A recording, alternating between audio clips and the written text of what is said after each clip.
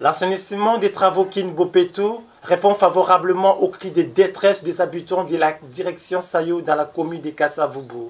L'opération d'état d'urgence de Kinbopeto est en train d'aménager le site principal de dépôt des immondices de la commune de Kassavubu, dont le but est de protéger les vues de la population de ces coins tant exposés à des maladies sanitaires.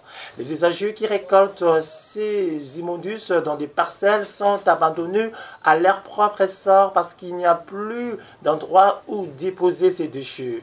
Par contre, la population est soulagée de cette dislocation contre cette mauvaise atmosphère qui rejoue leur état de santé.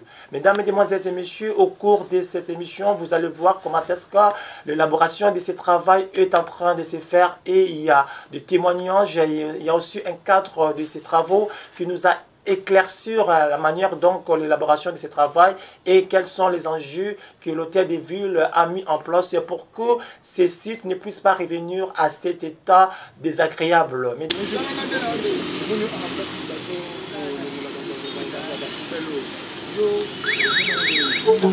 ngai naza mingi par rapport moni basite oyo eza basite oyo biso pena otika badecharge na biso awa e lelo constat ezaki badecharge nyonso tozoka na cité place ya kobwaka yango eza te tozalaki na deux sites tozalaki na Sayo e na Bandal.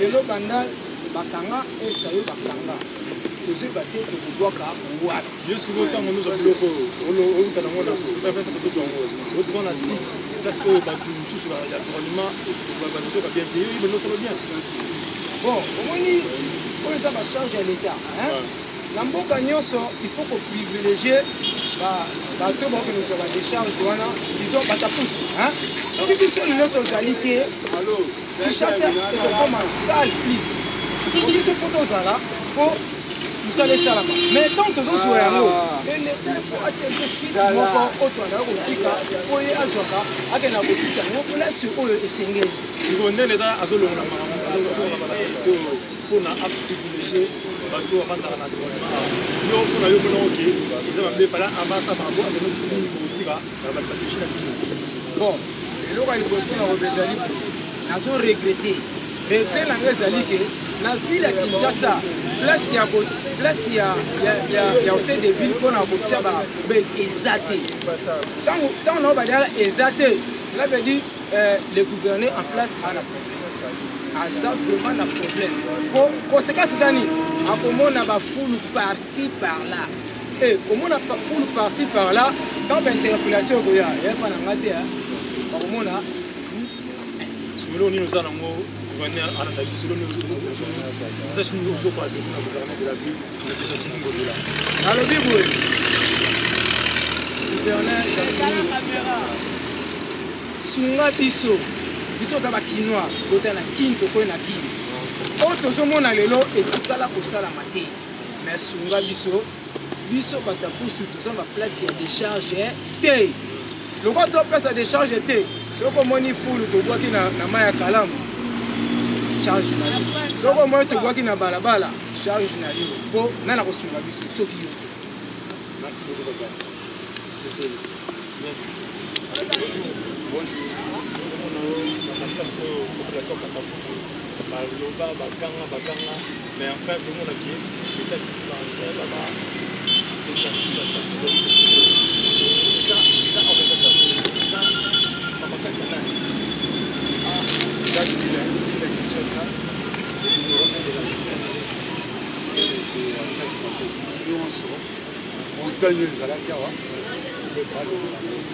chargé de population.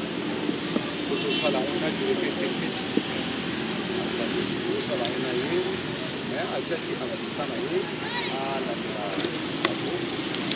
autosala sikoyo a chargé des opérations ops ya ville ya Kinshasa anti komono boye tomoni Malamoko, gouverneur de la ville. Vous savez ma question reposée. Pourquoi vous avez pris beaucoup de temps pour nous la saleté au héros, va se déranger dans vous? Ça a pris du temps, même 6 mois, une année comme ça. Merci. Il y a un problème avec un programme. Le programme est tout ça, il faut du temps. Rapport dans notre territoire à préparer tout l'argent à préparer pour ça, il faut faire le temps de décider. Il y a ce que pour ça là.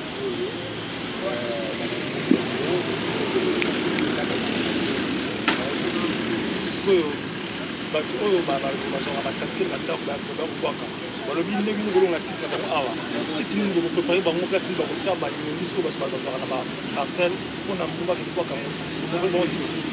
Bon, merci, hein, parce que poubelle, tous les cabonara na bato bandaka na ndako so côté na lupango nyonso kokuta bak moko pembeni bati baye na kopa.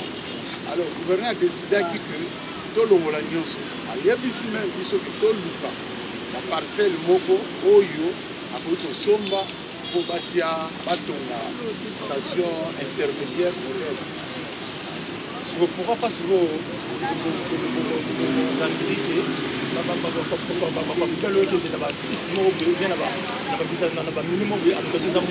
par exemple la télé, par exemple commune il y a mon foule là pas faut place bateau va rater qui est nouveau le bras pour ce parcelle c'est ça monter en mur car population wana. Est-ce que ngana lobi na molo na ki ba so ba parcelle na lingwala et a lobi tolu na ba zone moko reculée terrain mene yebisi ba sombi comme ça ba tongi bati et puis il fallait installer ma bombe parce que il t'a chargé les opérations c'est ça qui rapport na planning plan pour ça là il faut pas à approcher et aussi directeur il fait aussi DG il m'a dit pas assistant commissaire par ailleurs il a accepté. siko baisagi bato balokaka bamatiti na minso siko bakulu na suka bayebi te bakozwango bakotiango wapi mpo desiti oyo ezalaki na ville de kinshasa eza discipline bango balobi mpona na moko na bango yabisingaki bango so na problème bakomatiti mpango bakotiango place nini ole bakosala l'égartissage ya babiloko oyo bale bapesaka siti bakotwaka babilo na bango site ezali bakosi oyo site eza site ezali bakosi oyo pourquoi otokanga awa pesaki déjà place tobomisa awa alors mpona kobomisa awa eza kaka te parce que bakosala yango ya bien alors topesaki bango tiri omoni bapouspousser wana bazomene biso vidure ntango bakozwa biloko na bango baye awa olie bakota na kati ya site bazokota te na station intermédiaire bakokota te bakokamata yango babwaki yango na balabala bakofinga nani gouverneur yaki na pusu te mpo ya koboka na balabala bato baza na pembeni bazoyede mpe ville te bazoyede mpe président te bazoyede mpe gouverneur te mpona bango etali bango te bango kaka so babandi bakonzi gouverneur osala eloko te me ye moto aza pembeni wana osala il faut apekisaka bakota na kati bango balingi bongo te topreparaki si tokangi awa topesi ntiri na bandundu na oya na mukelenge na kabasele côté ya bralima otikaki wana me bazobwaka siko neti bralima eza juste na bord ya bukro me bazobwaka na kati ya nzela ekonda station ezali alors il fallait pour réglementer bango po basala bazonga mpe avec en ordre lokwa tokangaki ya tofoli tiri bake basali même désordre ya kosala débordement eleki tolongoli tokangi tobongisa lokwa sikoyo boye cerveau ezosala bayebi ke so baye baokota mpo ifo baréhabilite yango bapersona mokonzi aloba ifo baréhabilite yango to comprendre afandi te alali te mais azotravaille biso mpe équipe ne ya état d'urgence état d'urgence biso eza nyozomona te bekasi état d'urgence ezali oyo 24 heures sur 24 wana terrain anti soki ata oyo omoni place poubelle moko ezalaki biso tomoni te signale toza na branche bomoni tozo évacue toye kobakisa te mais toye kolongola Si on est besoin de la bouille, on est besoin de la bouille, on est besoin de la bouille, parce que tout le bien, on est besoin de passe. Nous, on est après quelques temps, on a besoin. Ce n'est pas la première fois, pas évacuer site. C'est la deuxième fois, troisième fois. Mais ils ont un caca. Et on est besoin de ça là pour ils ont un thé. C'est trop dur parce que il faut recevoir le fou. Nous avons appelé à il faut pas mourir ça, pas y avoir. Nous sommes au banga et vous y a. Il y a le rôle de la commune. On dit c'est au banga commune. Pour nous sommes au banga banga la foule, la poubelle, la petite zoé à ce que tu vas banal. Donc à tes tacs qui changent. Est-ce que tu as besoin de déranger l'environnement et déranger tout le côté par rapport à l'atmosphère? Sur le macaque, c'est parce que ils ont mis un peu la santé. Les gens là, pourquoi pas pour le monde parce que ça cœur la commune de Kassav, la centre-ville, c'est le principal. Donc on va le Qatar dans la carte, pourquoi pas le monde on dit bon, ils sont mal utilisés. Si on a une question selon yo, le gouverneur gouverneur de la mais là, pour la population, la commune, c'est bon. La fin de mon immeuble, où tu as mis fenêtre pour aller te voir la cantine. La cantine. À Sopi, là, c'est beaucoup. Donc, on dirait l'État, on dirait le fond, on y a la tille, on a le mais à ça, on a la nous sommes tous stockés. Après, tu es reçu. La première fois, deuxième fois, tu es aussi là. Rôle n'a plus état d'urgence pour la guerre contre la santé. Est-ce que le gouverneur a dit la santé à l'Iran? Il y a mon âge. Il y a d'urgence. Est-ce que l'état d'urgence a acte? Il y a un qui baillé, le lot, la boîte qui, le binaton et monanité. Mais on a déjà le la tête parce que tout le monde là. Maintenant, Bitumba, air moko repied Zalaka, vous savez, plan Moussou, bac à sable, Moussou, pour attaquer.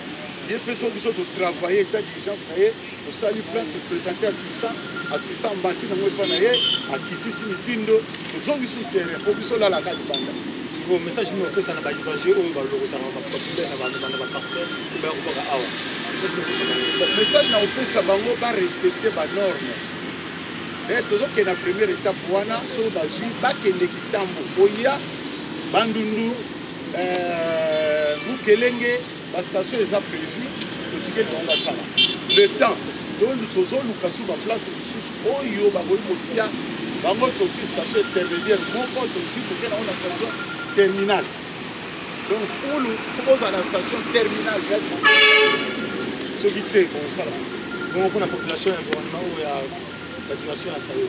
Bon, pour la population à Kassavubu, malgré tous les Sayawa, le gouverneur a mettre à cœur pour satisfaire Bango Bandala à l'aide. Il y a un état d'urgence là, il y a une guerre. Guerre, il y a aussi la négociation. Avant combien de temps? Non, puis ça aussi, ça n'a plus sauvé. Mais parce qu'il y a un même bateau à bout de tout, pas tête, monsieur, ça n'a pas. Konziba le bata, konziba za kuna. Meto yego kutawa, to lo moli so katre benyi. Abo kia mona. Est-ce que biso to le papa? Biso to na guerre contre la temps to yeto to ya. Donc to aussi ça se côté parce que to aussi ça ndeni mobilisation na pouvoir. Président za na pouvoir. Est-ce que bango ba lebi ça? Ça je suis ça na bateau balanda biso par-ci par-là pour pas le baraquer. Le gouverneur de la ville, M. Jacine Mobila, a aussi le loté, et tant que tout le monde a acte, chaque bout comme là, et vous avez la saleté. Et ça, je ne sais pas la population, au bazar, au Vassilara, dans le sala, il y a le gouverneur de la ville, M. Jacine Mobila. Bon, message n'a pas ça, Congo, il y a tous les Congolais, tout le Benga égyptien qui a rebondissé à Congo. Vous comprenez? Message il y a qui vous peut les sloganer. Et ça pour tout le monde de contribuer. Parce que la manne c'est comme santé faut surtout là. Vous comprenez? Puis ce personne moni mutabwa qui bon le était frère pour ça la beauté. Dans le langage que yonde mutoko bongisa. Il y a za gouverner pas une sur le côté là. mais tu accompagner. Nous avons fini là-bas, ouais. Bazoba, vous avez yé les cas, ça la foule. Bato a foule. Bon, on a pas de mine, ça la foule. Ah, quasi.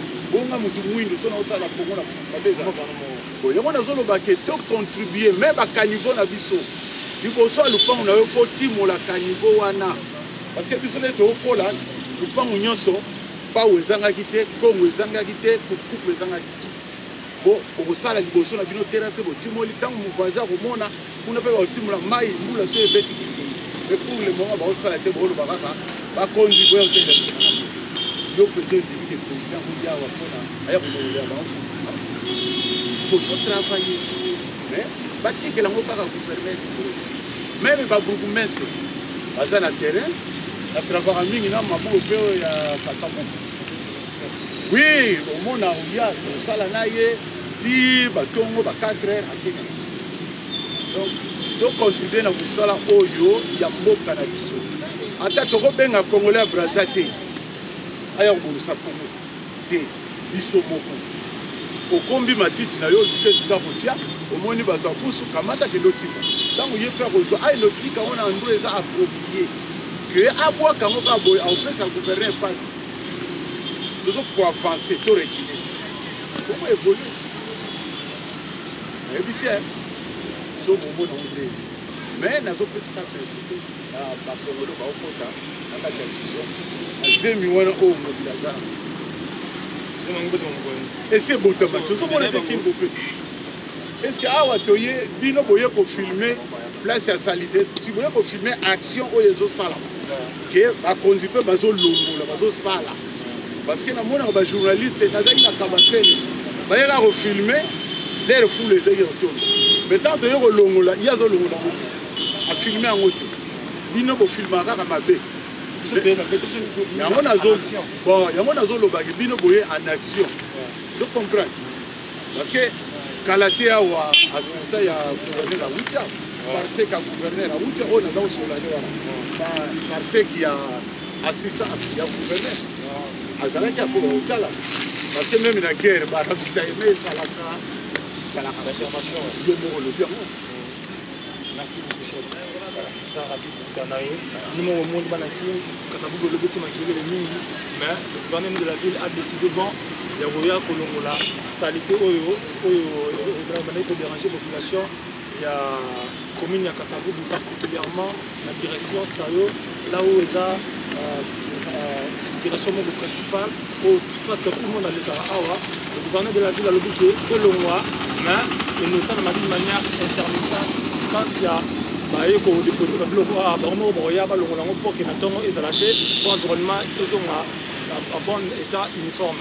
Nous allons continuer, vous allez voir aussi les témoignages des habitants de cette territoire, particulièrement la commune, la Kasavubu, sur la direction Sayo. Nous sommes papa, il y a des usagers, il y a des poubelles, des parcelles là-bas.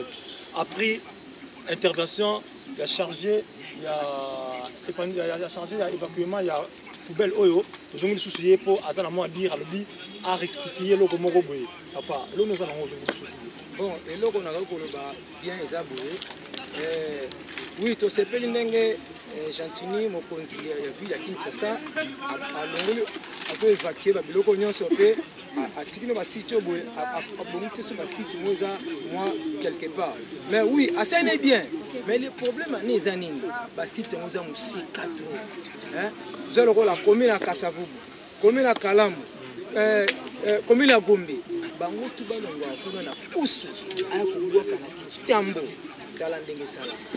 Et tu souffrir trajet les qui moulai soko sunga biso papa mobila hein buka na chaque commune ba site oya kala oyo kimbuta tikaka ezati lelo soki lelo na commune na Kalamu na précisément na Wenza Makolongulu site moko ezalaka wana soki eta na kati site wana eza propre mais site wana o remarquer ba camion ekoma kolala wana. Mais si tu es propre, pourquoi pas pour renouveler le site pour la commune à Kalamu. Et à chaque commune, ceux qui a sali biloko wana et ko sunga musala na ye. Pour ezaka te ba konzi, te na bisope, tous contribuer. Nous contribuer par rapport au ndenge osala makambo. Tant musu musu osa esa bien te. abomi site mais atiki ya musika biso tozi matiti na zando na gombi aya kobwaka na kitambo papa aller retour mais na kobela ti c'est que lobi no ya souté entre ta bato na bazela na ngai baza toujours étouffé tant baza étouffé comme on a ne bano finga biso tu dois prendre sous gouverner asa biso ba site à chaque commune et ils allaient bien attends dans ma premier temps moi si on a pesi soki na kauka on a site nous na wenza makulungulu eza polele pour renouveler site on a dans ce premier temps pour na bata kalamu et ko sunga pe bato ko petele maboko voilà. Merci beaucoup papa. Moi mot de la fin vous allez pour le gouverneur de la ville a fait ça qui Valère Nango. Bon, et là on dit Valère Nango bakisa boye hein. Moni lamba. Et lamba soko sukoli. Et lamba soko misalité. Et c'est un faux chapeau. Mais soko sukoli. Ce qui place à côté ndango ezate ça pose problème. Voilà pour d'interrogation. Merci beaucoup. On a robakisa monsieur Zaki non. Mokonzi ngobila biso to bana na yo.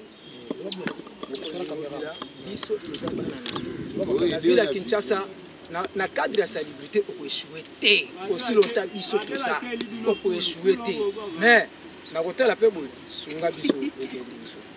Papa, vous avez moi à dire ça moi dire ça ni papa na ngako kuto ko si tu pandia tout monde baba ça moi dit oza mokonza mboka selon yo na image na yo tout le monde on na ba limité tout le monde on na ba gombe kin bopé to vraiment musale salema batu bazuna ba misala ezo sunga bango bazali ba militaire ba venir mais ba omo zo apé moi combien na journée et ça bango bazala ikoloka ya service à kin bopé kini nde eza boye awa atini eza te mokonzi faut soit précaution na bato ota bango ba gestionnaire awa musale qui est normal parce que soki ba otika okaka na ba charge ya deux sites yeba ke eza de akao na o parce que bato ba olimba na ba distance ba long état donc muto okukate ba bato ba ndubwaka na pasi bon état ke yo moko linkini bopeto ba gestionnaire awa mabele ko kende boye te mokonzi ba pito pale ana ko banga ngote zongisa selile makambo nyonso kende bien on a fait des jeunes qui nous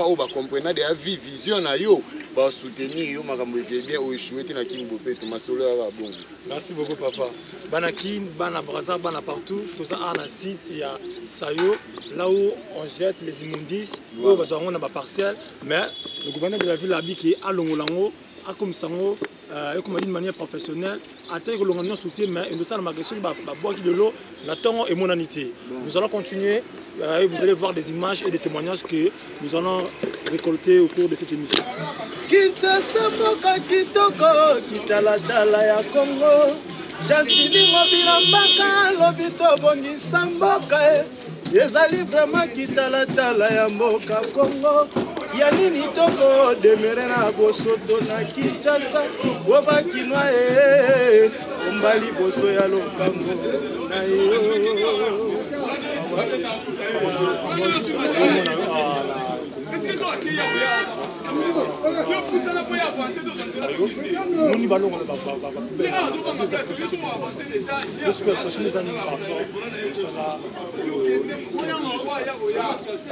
vraiment biso doit bakina et tout il faut se déclarer on moni bosoto c'est de la biso le couronné na mboka batutu ba le na coronavirus ezobo les autres en place et outils balobi ke outils ba parti là éviter vous comprenez mais si sera en akil de l'autre civil déjà ba fulu ba surveillance biso de vendre la télé au monde aso ba bandi ko la fulu wana solo ya dega so ko ba solo wana pour na wana mona neti yango neta ba cause ba corona so ko ba corona donc ils ont fait ça malade et puis pour remarquer na king to ya mort eza ede ba bazo kufa trop donc zo e batie ba fulu et ça peut ba biloko yo et ça venir ko mona na kizo pesa ba malade alors tout ça là mokonza ville à Kinshasa papa na biso Chantini Mbakango vraiment biso ba kizo ba tesa et puis toi si ma chef de l'état Fachi Beke non ma monsieur bato fulu ezali mabe ko vivre pemé na bosoto ezali mabe penso to ke to zongi sima na genre moko spirituel au monde ke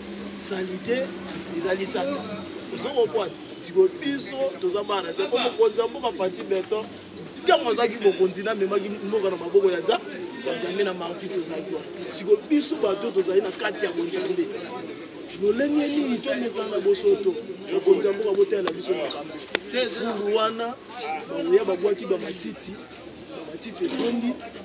Bazwa kolongola te et puis bazwa kolongola ba règle za ekoka te.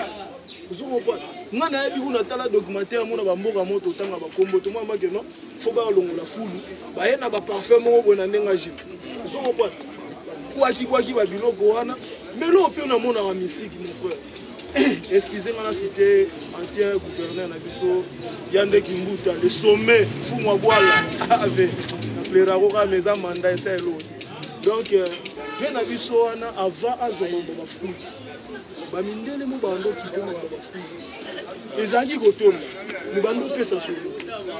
Vous comprenez? Et puis bazo landela ngo temundela mundela ba landela ngo bié bando pesa solo. Mais depuis que bato na ndete yoka ke bandongwa ba fulu koma solo moko bondi ya kobwakela kolongola moko na ba règle kokate ezo sa biso passe.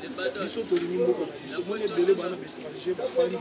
Mais biso to na ko bien si so ba pesi ma ko nga monsieur français mais ana ko je suis aux musiciens sida ça nze moko pona kuto mboka na nazala banzembo wana mibale ona otso bandela kinimboka kitoko kinimboka bakinwa yango nde ezali kitalatala ya mboka Kongo ya nini toko demwere na bosoto boye Kongole komba liboso ya lopango na yo mokonzi mboka tia biso maboko pona bopetwa Kongo Fati Beton ya kokata likambo yo na Jatilingo bilambaka biso bakinwa tokolela asenisema na Kinshasa etandi nyonso ya Congo.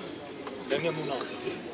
Dernier mot eza pour l'émission mais dernier mot aussi la te pour biso toi sima ya mokonzi mboka Fati Beton. Oso comprendre do Fati le makambo.